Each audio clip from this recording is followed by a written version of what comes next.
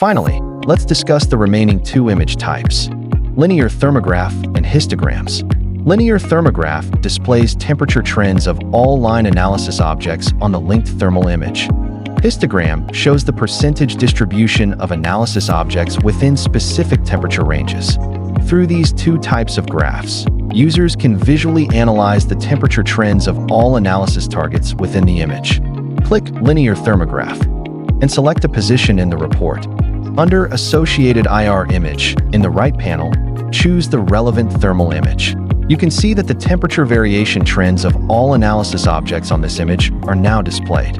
Check specific objects to view individual or comparative trends.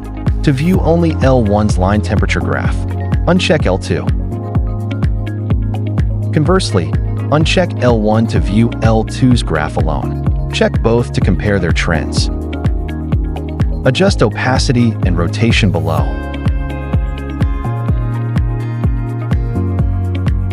Next, histogram. Click Histogram and place it in the report. Link it to a thermal image. It shows the percentage distribution of R1 within specific temperature ranges. Below, you can also adjust the opacity and rotation. Adjust the number of temperature intervals. For example, set to 5. It shows the percentage distribution within 5 temperature ranges. There is manual range selection. For example, we view data only for 30 degrees C, 40 degrees C.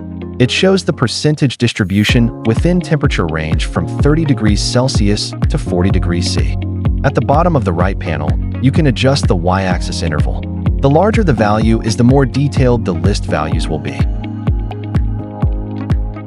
Select specific objects from the right side menu.